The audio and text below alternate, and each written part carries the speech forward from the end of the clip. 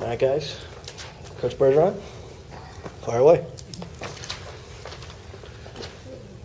We know there are a lot of young guys. We know mistakes are going to happen.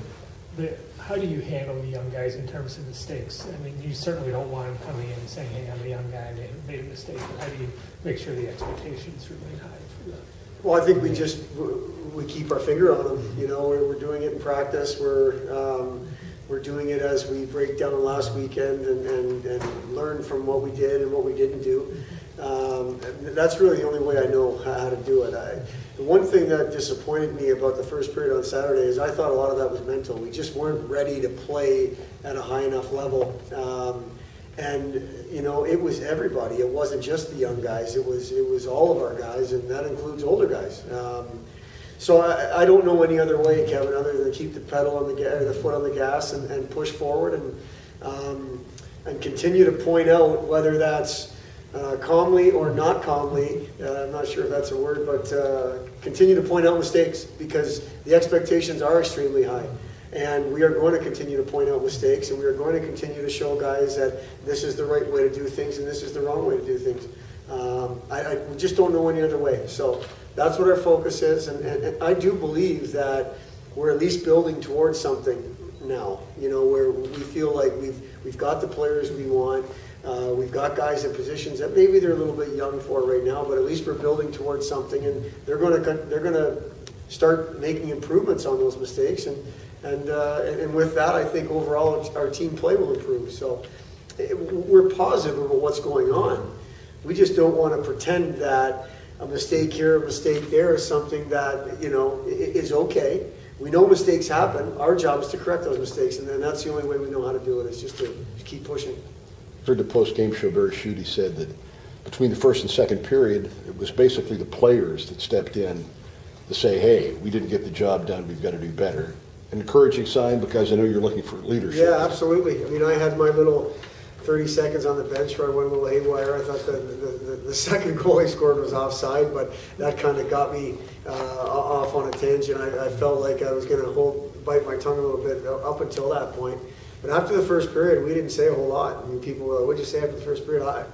We didn't say a whole lot. The players, you know, took ownership of the situation and said, this isn't good enough. So absolutely. That's not surprising that leaders are starting to develop and starting to take this thing over. It's just going to be a year-long process, I would think. But it's very encouraging that guys are doing that. It's obviously something we need. And it obviously shows that we're not the only ones unhappy when we have a poor period like that. The players are disgusted, and they want to make it better. And fortunately, they're the guys with the gear on that can go make it better. So it was nice to see that. Us as coaches, we just want to try to eliminate the first period from our game plan, so to speak, in terms of the way we played Saturday night. We want to make sure that doesn't happen, and we feel that was more mental and physical.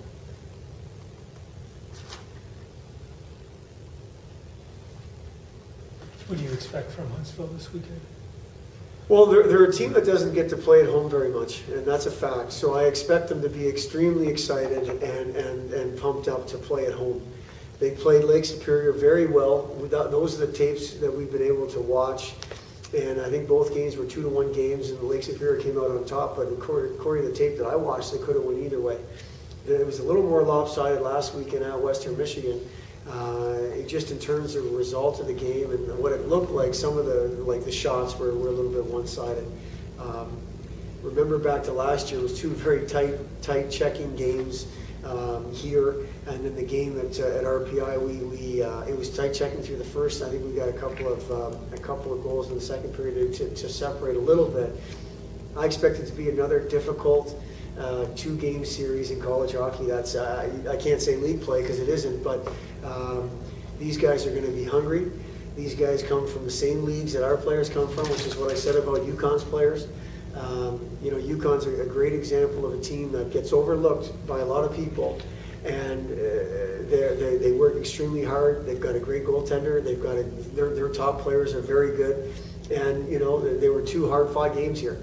That's what we have coming up. You know, Huntsville is going to be very similar to that. They've got skill. They've got a good goaltender. They've got guys that believe they should win every game, and why shouldn't they? And our focus is to prepare the best we can for Friday night's drop of the puck. So we expect it to be, it's obviously going to be a long trip down there, but that's not a bad thing early in the year. For a little team chemistry, team building type of trip. And hopefully we're prepared mentally to play, because physically we will be prepared. It'll come down to that mental preparation if we're ready to go drop of the puck Friday. Because our message to the guys is Huntsville's going to be ready. This is an opportunity for them again to play a team from a league that they would like nothing more to be in this league and to knock off teams from this league. Any injuries besides Wyatt and Mark Rodriguez? Well, Connor Crisera is battling an ankle that kept him out of last weekend's games, and unfortunately, and we've all been part of ankle injuries before, whether it's watching somebody go through it or dealing with it personally. They're just nagging injuries. It's not a high ankle sprain, which really affects hockey players. The high ankle sprain, you're looking 4 to 6 weeks, and the kid is walking around fine, but he still can't play. It's more of a lower ankle thing, and now it's just a matter of time. He's been out on the ice, but today in particular with the battle day, it's just very difficult for him to be at the level he wants to be at, and we need him to be at. We've got healthy bodies, and until he's healthy, it's more rehab than playing. But really that's it. And why it's groin is going to be the same thing. We're just going to have to wait on that. Is Connor day to day, or is it all? I think it might be a little longer than that, Kevin. But I think ultimately it is. But we've talked about this before. Our policy is you have to practice all week to play, and he wasn't able to take part in all of practice today. He did take part in a good chunk of it, 75% of it. But we go on the road starting Thursday morning, so there was really only one more day of preparation here. And then we have to make a decision of who's coming with us, and we're going to need healthy bodies, obviously. So, How many are you taking now?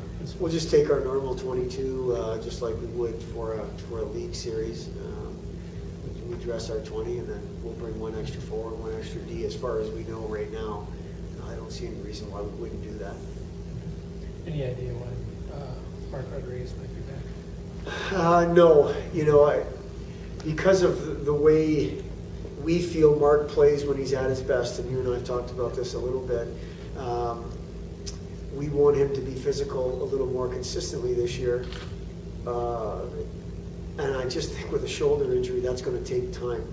I do not want him coming back at 80% and maybe re-injuring it, or coming back at 80% and not being able to be as effective as we need him to be. Because the fact is we have healthy bodies, and we want him to be 100% so he can get back in the lineup and play that physical two-way game that we felt when he was at his best, he played last year. So that's the focus with Mark. And the toughest thing with Mark, and we've told him more than once, and he knows this, is going to be the mental side, because he's going to start to feel good here. He's going to start to feel better. I would think, in the next couple of weeks, 3 weeks, 4 weeks, but he knows that's not good enough with a shoulder, and secondly, he's got to get himself in shape, in hockey shape, and that's very difficult to do when you can't compete as hard as you need to get in hockey shape. Shots on goal over the weekend, pleased with Yes. the number. Obviously, last year it was, Yes, it was a problem. we added, we talk about the process all the time, and we added shots on goal as part of our evaluating of games process, and we were, I think our worst weekend of the, our worst period of the weekend in terms of shots was the first period Saturday, and then the second period Saturday was our best weekend with 20. So we need to put more pucks on net every night. That's going to add to more goals over the course of the season. And obviously 1.5 goals a game isn't enough. So we feel, not being math majors, but the more shots we put on net, the better chances we're going to score more goals. So that's going to be a focus, whether it's 5-on-5 or on the power play. We want pucks on net, and then we want to crush the net, because those are things that they're not easy to do, but they're easier than to make those fancy plays around the other team's net, which we just don't feel is a strength of ours at this point. About some of the young kids, any surprises from a positive perspective out of some of the younger players, or is it too early to tell? It's too early. You know, we just had such high expectations for all of them. There's really not been surprises. You know, I think they've all maybe surprised their teammates a little bit now that they've played in games. Just wow! I mean, this kid really is good, and Perrier really is a handful, and Carp really does come at you. And, you know, Burkle's got that long stick, and DeSalvo, and I just think they haven't surprised the coaching staff because they've done what we saw them do prior. I don't think they've surprised themselves because each one of them was brought here because of who they are as people, and. I would think probably the only guys that would be a little bit surprised would be their teammates because they didn't know what to expect. They knew that they'd heard good things, but how do you know what to expect? So I don't think from our perspective there's been surprises. It's been exactly what we needed it to be. And now we're going to start to hold them the same level as everybody else. And that's what we're saying to these guys. You know, you've been here long enough. You know what we expect. Be in it mentally. Be ready physically. Those kind of things, and they've all been real receptive to that. So we only expect our games to go in the right direction. Besides his energy, what else does Ryan bring to the table? What else do you like about his game? There's a lot of little hockey plays in Ryan's game that I don't know if he gets enough credit for or got enough credit for in his midget hockey and in juniors. He does a lot of things pretty well. When you sit down and review the tape with him, he's doing a lot of things right. And then there's so many extracurricular, if you will, or extra things that are special about Ryan. He's a really special kid. He takes the same approach in school as he does in hockey. He's a great student. This is a guy that's going to be a captain here, over his time. There's leadership in him. There's just an innate ability to have people follow him, and that was why he was for this season. He and Sullivan and Kucera were the three guys that we committed real quickly, and I think Watola was the first guy we committed, then Carp was second, and you spend 24 or 36 hours with these kids in a recruiting trip, and you realize how special they are as people, and so him being here now has just been a carryover of that, but it's the program is in good hands while he's here, I feel, and we feel as a staff.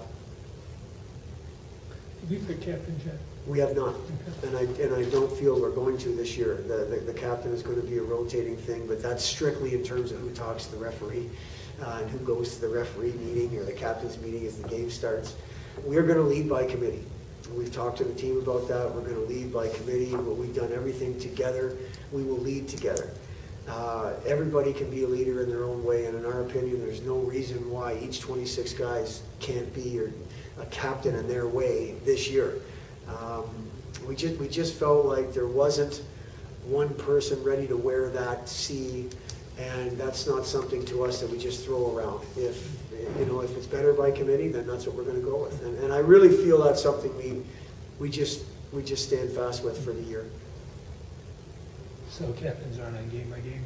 Yeah, and strictly, again, I don't want to overstate that. We're not putting C's on jerseys. It's strictly to talk to the referee and be a bridge from the coaches to the referee, and then to go and take part of the captain's meeting in case there's any points of emphasis that the referees want to just relay to both teams going into the weekend series. So that's what we'll name a guy on a rotating basis from that perspective. What specifically about Andrew Wallace's game led you to use him in the shootout? He thought he could score. He told me flat out, I can score. So I've joked to Andrew about that he might have taken his first two shootout trips, his first and his last. I like kids, honestly, that are confident. Let me go, I can score. Because I think there's a lot of them that are thinking, don't pick me because I won't score. I don't want to go. So when he said, Coach, I can beat this guy, and I felt it was pretty, not ironic, but pretty wild that here's a guy that we've had trouble beating this goaltender all weekend. He's very, very good. And Andrew says, I can score on this guy. And last year, arguably, Andrew might have been our worst breakaway guy in the breakaway game that we play on Thursdays. At least a lot of the guys give him credit for that. So it was honestly, it was because he said, Coach, I can score. And I said, well, how about it? Obviously, it didn't work out. Yeah, I thought maybe he was one of your better breakaway players. No. That's something that still, we, more days than not, when we do our breakaway competition and practice, Andrew Hammond's probably the best player we have when it comes to that, which doesn't help us score. So that's something that's still developing in what we're doing here. So we're watching. That's good. I'm good. All right, thanks, Coach. Okay. Thank you, Coach. Okay.